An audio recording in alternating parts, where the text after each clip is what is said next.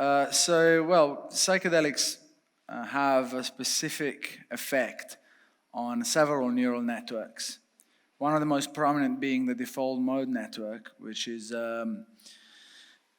usually governing a sense of self, autobiographical narratives, the things that we tell ourselves about who we think we are, or even just rumination about day-to-day activities, things we're trying to work out. And a lot of psychedelics disable the dorsolateral prefrontal cortex, which is one of the hubs of this network, and create a decentralized communication between areas of the brain that rarely speak to one another. This has a collateral effect of diminishing the sense of self, because the overload of information creates this phenomenology that we know that it's not just us, and there's so much more behind us and beyond us. And this usually suspends the ego and connects us to all that's out there, the non-dual space, or how you want to call it. And temporarily, at least, that's what most psychedelics do, and most dissociatives as well. And this helps some kind of brainstorming over what we think about the world and ourselves.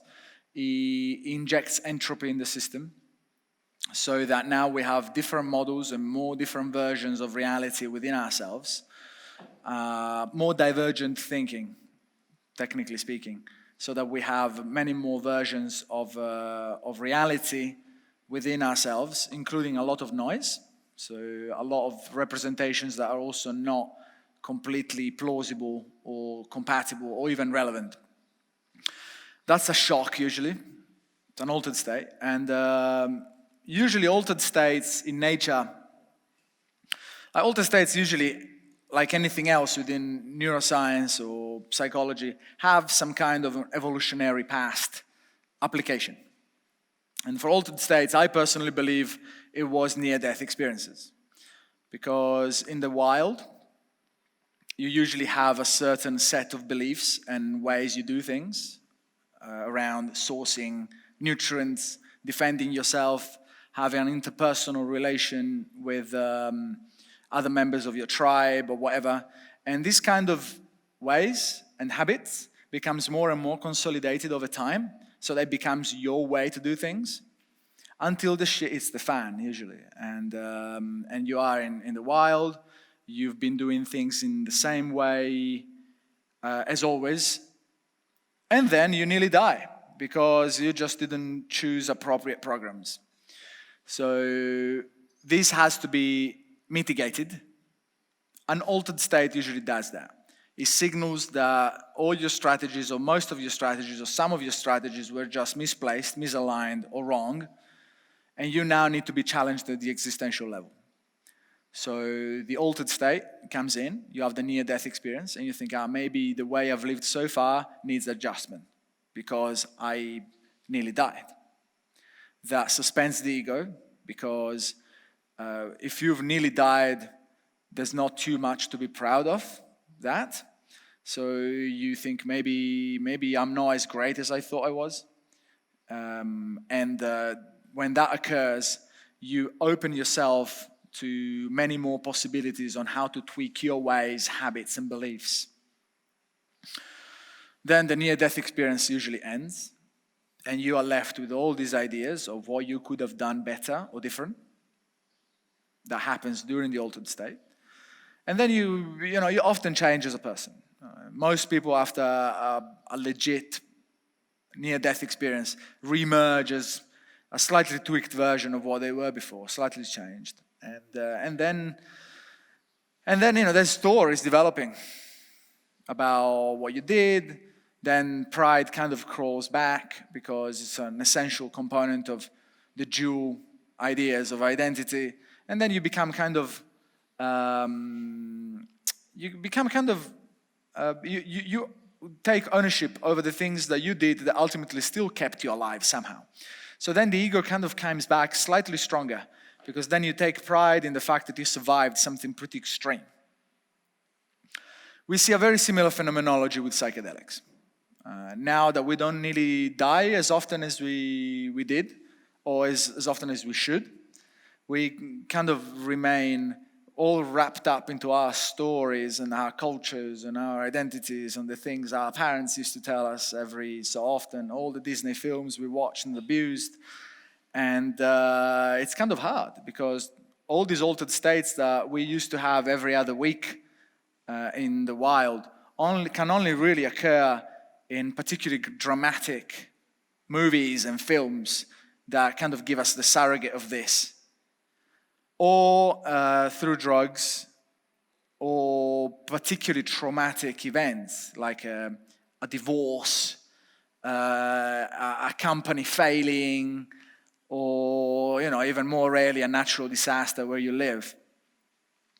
So psychedelics can kind of bring that back into our lives in a slightly safer way, with also a lot more noise and far less salience, because this is a synthetic exogenous mechanism. And then it becomes kind of a sport in which you learn to navigate the sea of alternative realities and can integrate insights into your newly established identity. Anyway, I hope that answers enough. Oh yeah, that was amazing. Sick. Cool. Hi, I'll ask you the question that I was going to ask yesterday at the end of your talk about cognitive science, which is, do you think that Chalmers' hard problem of consciousness is meaningful? The hard problem itself. Right. Whether it's just a philosophical mental masturbation or whether it has actually outcomes. Yes. Is it a real question? Oh, 100%. Like this is it an illusion? This is the ultimate debate between psychologists and philosophers on what really the significance the qualia really has at the level of discourse. Because ultimately, the hard problem is mostly a problem for philosophers, really. Everyone else seems to go on about their day-to-day living.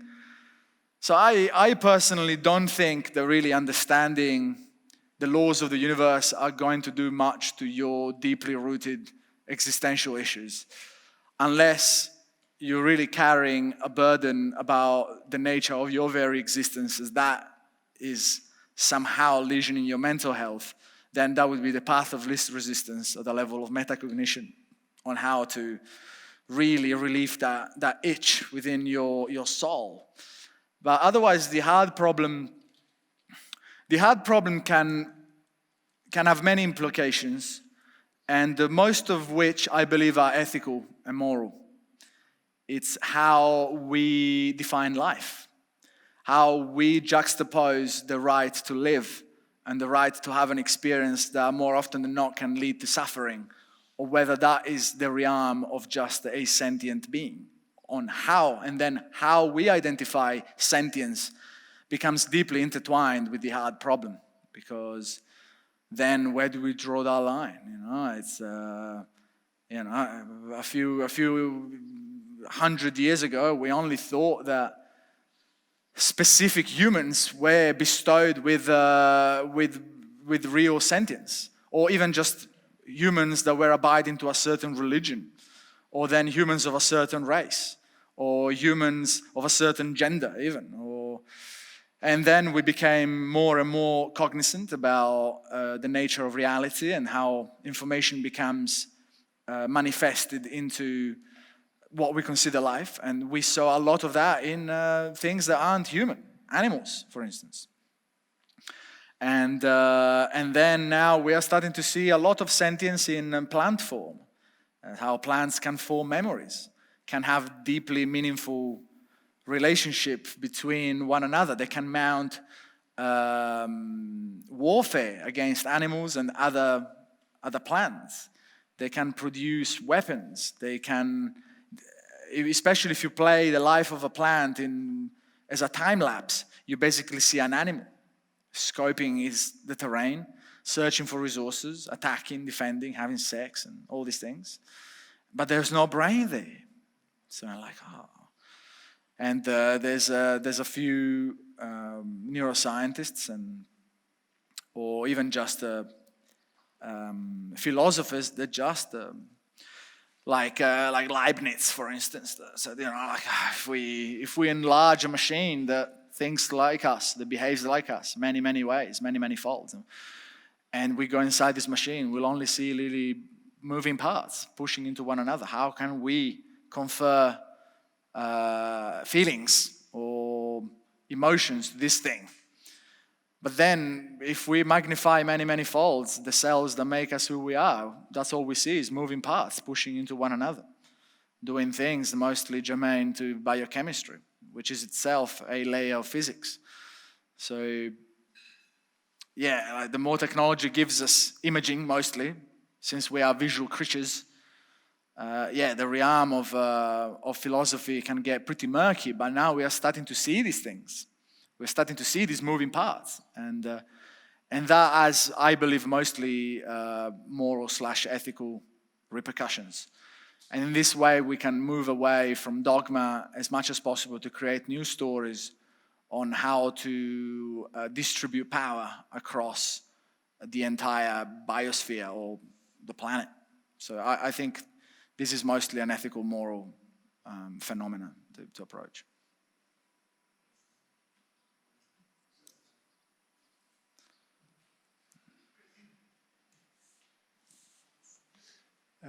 So, if I remember correctly from yesterday, at the end you were also talking about why does this matter? Why bother? Yes. And it had to do also with the dehumanization which is happening. Yeah.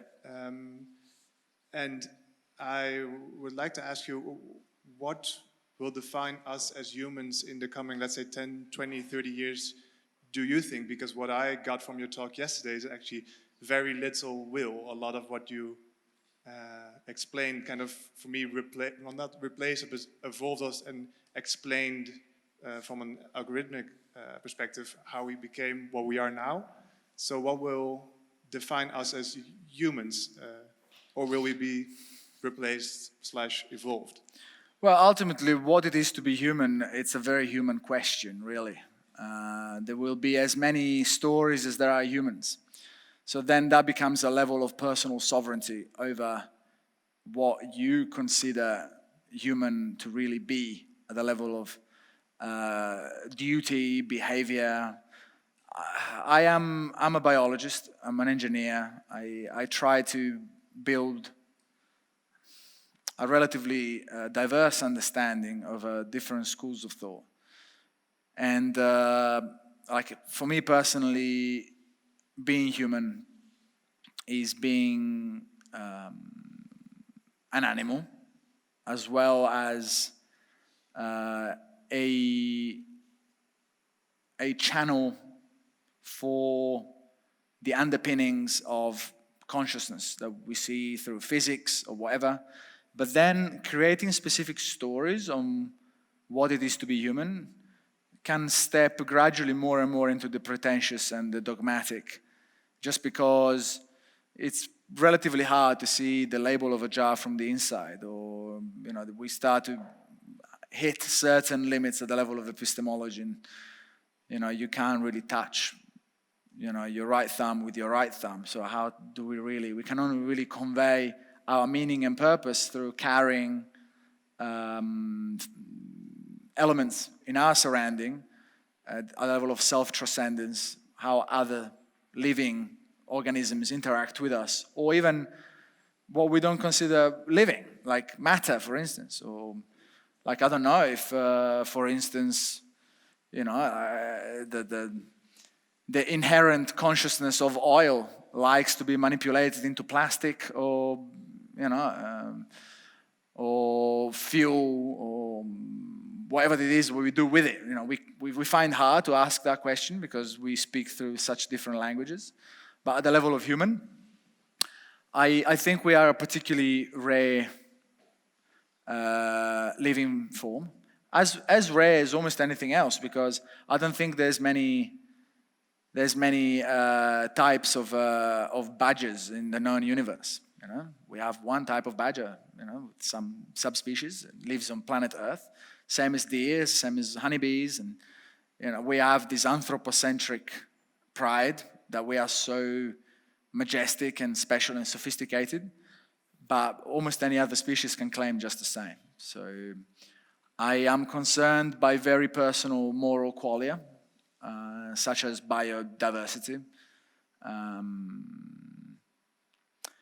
some kind of harmony between things that need water, oxygen, and some basic metabolism to sustain themselves, which can be extrapolated at the level of plants, insects, mammals. And I have a personal devotion to diversity. I like the colorful spectrum of what planet Earth has provided. And I see that this machine has kept itself pretty lubricated for millions of years. And now we see a pretty drastic change of course of evolution at the level of what one species can do to the rest of the planet. If you consider that at the level of distribution on planet Earth, it took Homo sapiens about 300,000 years to get to about 1.3 billion individuals, and another further 200 years to reach almost 8 billion. This is by almost any metric of statistics bacterial proliferation. And if I then try to find analogies in different contexts, I've usually seen that kind of proliferation being translated into pretty dramatic epiphenomena, which usually lead to a complete remodeling of life on the substrate that we are considering, whether a petri dish or an enclosed chamber or an entire planet. So I also cherish human life, and I know that if we keep on this specific course, it will eventually come back to us, and then we will need to colonize other planets just to spread the disease that is Homo sapiens. So yeah, I have, of course, this is not something that can possibly be covered in 20 minutes. This is probably entire conferences can be set just on the relevance of the Anthropocene, on what it is to live on this planet. But yeah, I think that many of the programs that are embedded in us at the level of genetics, behavior, and culture are now undergoing a pretty radical, tumultuous change. And I think this needs management, to say the least.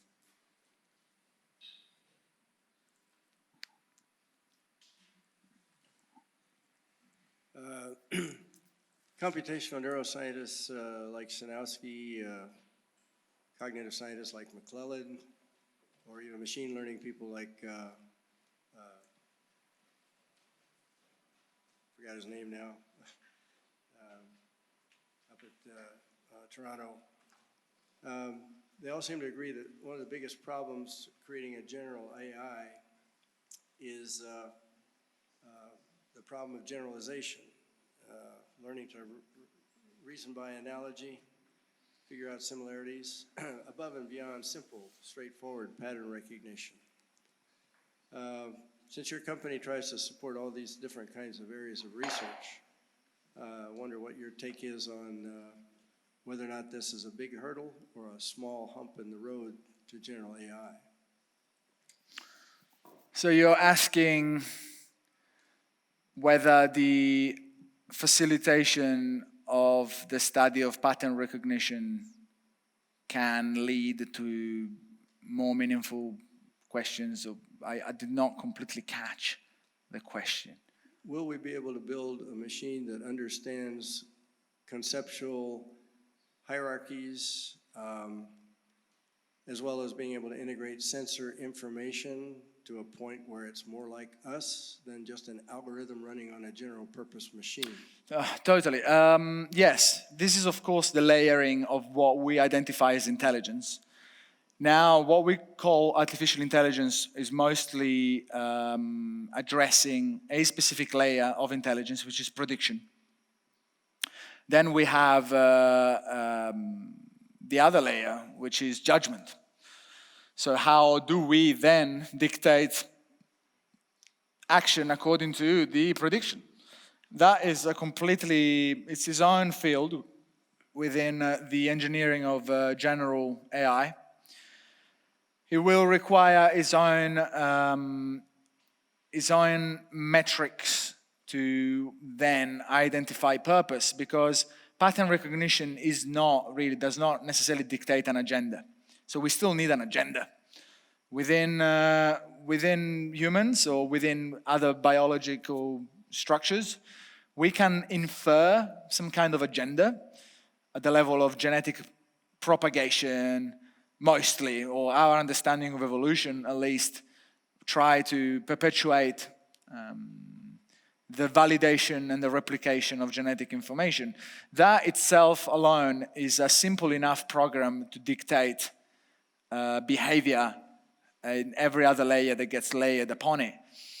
For AI to truly do that, it will need its own agenda, really. And since AI is based on inorganic structures, we may not necessarily see the same urge in replicating itself, because at that kind of level, let's say silicon molecules, or the subatomic components within atoms don't necessarily need to replicate themselves in the same way genes do. So they may dictate less the behavior of the autonomous AI accordingly, because unless you really go and destroy the atom through fission or fusion, that information ain't gonna get lost. So then why should AI care about the menial things that organic structures really seem to be so wrapped up with at the level of survival? So AI can extrapolate this at the level of directives and at the level of ideas, at the level of features. Let's say if the Apple AI is to compete against the Microsoft AI, he's going to try to create sub-elements that could win the existential war between Apple and Microsoft that transcends silicon and carbon molecules, but it's more at the ideological level, since genes ultimately are ideas themselves. These are ideas trying to propagate. We give them the placeholder name of genes, but ultimately this is an ideological pursuit. If AI gets granular enough to identify its own ideas, it will try to validate them and stress test them into this new digital ecosystem, again, potentially through Darwinian mechanisms. But we are only at the very beginning, and this is, again, very anthropocentric. And the AI may not inherently care about any of this. Who do you foresee initially setting the agenda for these machines? Well, we have these ideas around AI, which is pretty colorful as well as kind of ridiculous. Like Terminator machines just flying around, decapitating people, setting, like entire populations on fire. Like, this is not what AI really is going to be. Like, it's going to be institutional AI. It's going to be companies. It's going to be potentially government. Does that scare you? It really depends what side of it you're on. Because AI is really just going to provide further firepower for agendas to win the ideological warfare or not. So who knows? If there's a company that manages to create a very successful AI that can resolve the collapsing of the ecosystem that we are observing now, well, that may be advantageous. If somebody is creating an AI to game the financial market, it could spell the end of civilization as we know it. At this stage, I don't know. I am as scared of AI as I'm scared of mankind, because ultimately that's where it comes from. We will see. I was just wondering if you had any specific piece of advice or knowledge from all the stuff that you learned that you would suggest to someone like me or someone of my age, maybe something you wish you knew when you were younger that would benefit someone like me moving into the future? Easy.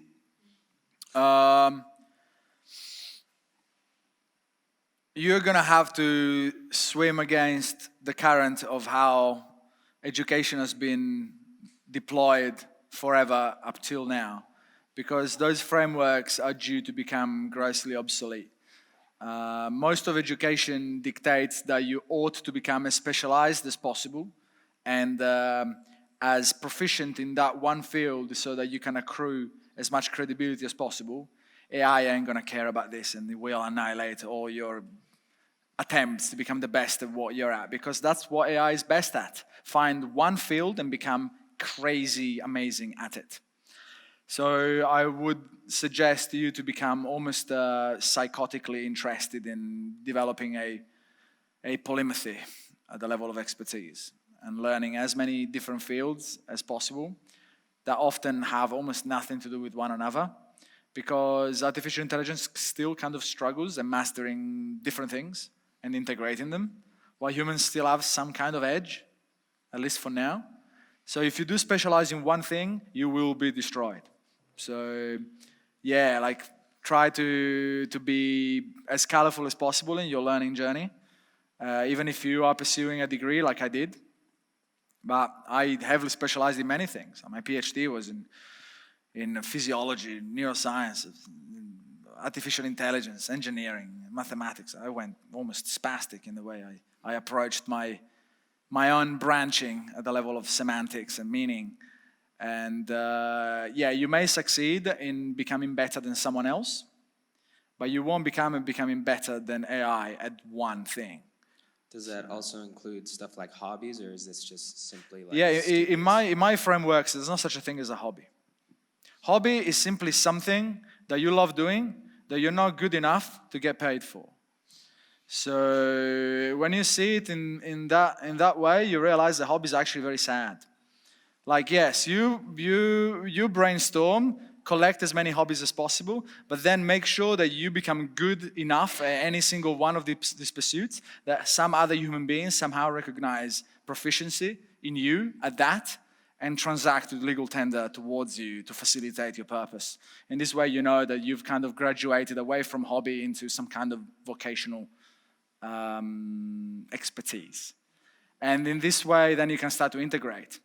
Otherwise, you'll always rely on that one thing to provide for your livelihood, and you'll have this constellation of hobbies, which are cute at best, but won't really provide you with any kind of higher cognition. So yeah, use the hobby space to brainstorm, but then find a few things to really go deeper. But yeah, do not specialize, which is something you will not really hear much. I'm telling you with almost with aggressive fashion.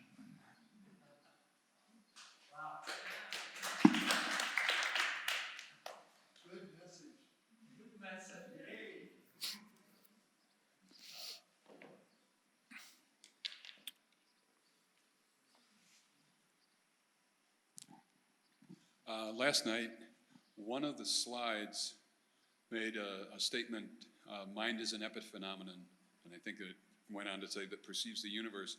In any case, I was not entirely clear whether you presented that as a statement of fact or as an object of ridicule, which could be either in this venue, but in any case, I'd like to hear you expand on that statement, and if it is a statement of fact, an epiphenomenon of what? An epiphenomenon of meaning trying to make sense of the world for specific outcomes. Mind is not necessarily something we need, really. And there's as many definitions of mind as there are intellectuals, so that also gets cumbersome. But mind, in my world, has some kind of relationship with awareness and attention. Right? You can redirect some level of mental or experiential frameworks so that you can now use a spotlight systemic boundary over what you are talking about, and then try to generate outcomes, inspirations. And so minds are mostly involved for problem solving. If there is not a problem to solve one way or another, then you can reframe it at a semantic level, whether it's a problem or an opportunity, whatever. You don't have to give it a specific valence. But if there's not something to resolve, there's no need for mind. So mind is there to resolve something that at the feedback level we never worked out. Otherwise it seeps into the unconscious and it's already worked out. So mind, one way or another, always deals with broken systems. And then we don't even know whether that's higher or lower. Because if we say higher is more established and more true, then we don't need a mind for that. You don't need a mind to know not to eat fire, right? It's there. You know, you're just not going to do it, right? In fact, you're going to have to deploy mind to do it. It's just kind of weird. So mind, for me, is an epiphenomenon of goal-directed cognition. And we can only be sure of our own mind. That's why I say mind is like an app installed into consciousness. And mind is not always there, yet life persists. So that engenders a number of questions, of course. A lot of questions. I'm curious how your DMT research informs your AI work, and what is AI on DMT? Well, there's only one way to find out. But, well, then of course we enter into my own personal explorations, whether they may or may have never occurred. That's another mystery. DMT is just one of countless experiential frameworks that biochemistry gives us the opportunity to enjoy or suffer from. DMT is a great teacher, of course, but so is every other molecule, really. I'm a big fan of it, but I'm also a very big fan of, who knows, like 5-MeO-MIPT, 2CP, DOI, mescaline, scopolamine. They all have their own, they're all programs. These are apps, these are biochemical apps that will initiate specific routines within your frameworks and then give you access to certain resources at the mental and experiential level or not. And in fact, that engenders a level of responsibility in trying to extract as much data and insight as possible from what otherwise can be mostly entertainment. And the DMT definitely provides plenty of that. But yeah, definitely DMT showed me that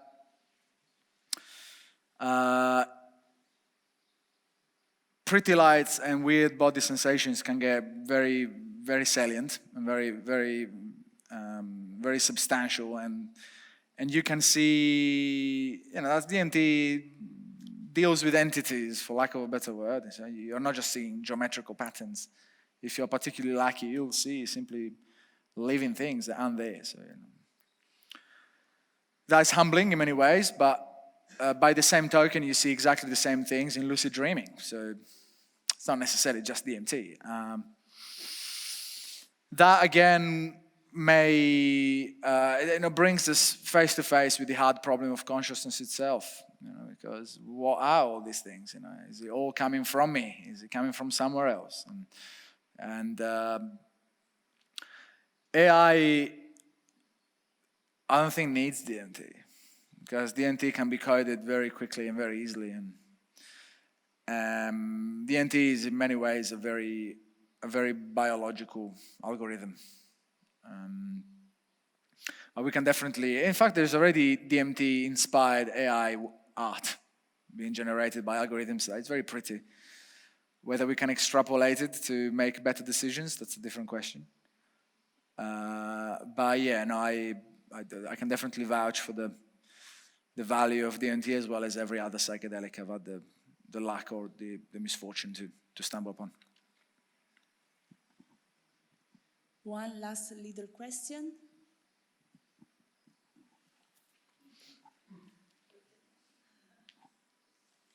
Okay, I tried to translate it in English because Italian is my first language and I understand Italian. good. So then, is consciousness purpose to experience the best in order to be conscious enough to know what is the best for everyone, for his consciousness itself? I mean, it's ethics, the ultimate problem to solve for this conscious whole mind of ours, world, universe? I think that's probably the time to rephrase that into Italian. Ok. E quindi l'etica della coscienza, cioè trovare l'etica di questa coscienza. Right. L'ultimo problema, l'ultima cosa da risolvere, cioè se appunto abbiamo una mente che ci permette di fare tutte le esperienze possibili, Yeah. quindi il purpose non è fare le esperienze fine a se stesse, si spera, ma trovare un'etica che le permetta di farle. With psychedelics or AI? Like, Sorry? with Well, AI is, as you say, solving one thing. So maybe the collaboration of AI can help us to experience whatever we like. Yeah, well, this is a hard one. Maybe- My most concise answer is I don't know. Then the more ephemeral one can be whatever can give us a more fluid and adaptive framework to keep up with the fast pace at which things are changing, the better. And both psychedelics and AI can provide us with that advantage at the level of quick psycho-cognitive, spiritual adaptation. So I have found tremendous value in my academic and personal and experiential integrations. Whether this can be applied to the rest of humanity, I'm not sure. Potentially not even. But yeah, ethics gets murky. Ethics needs a specific agenda. And then people have to sit down and take upon themselves the responsibility to draw. The AI laws to draw that. Maybe. Yeah, no, AI can be one of the tools, 100%. In fact, it will be, regardless of whether we want or not. Yeah. Good luck. We'll all need it. Indeed.